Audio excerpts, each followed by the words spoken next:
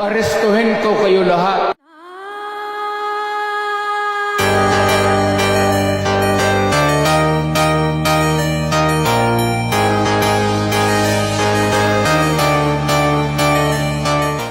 So nag-file kami ng kaso laban kay dating Presidente Rodrigo Duterte.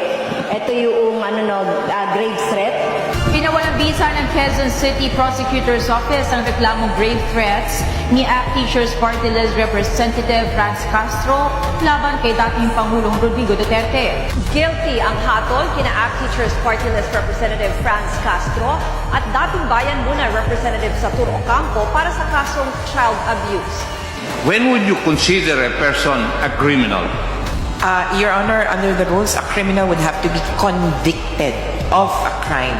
Sabi ni Justice Secretary Boying Remulla, tinitingnan nila ang posibleng mga paglabag ni Duterte sa international humanitarian law. Arestado sa droga ang panganay na anak na lalaki ni Justice Secretary Boying Remulla. Galing sa drug money, yung mga pumasok dun sa accounts ng dating Pangulo.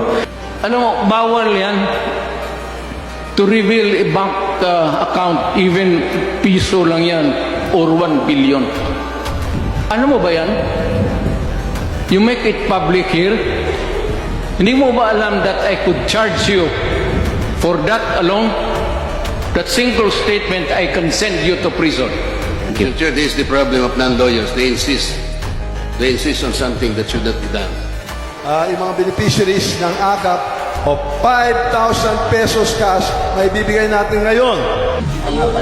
Ubos ang pera ng gobyerno niya. Yun walang project ang gobyerno. Pagka ginawa ng Ang katotohanan dyan, dahil sa dami ng bagyo, ay naubos na.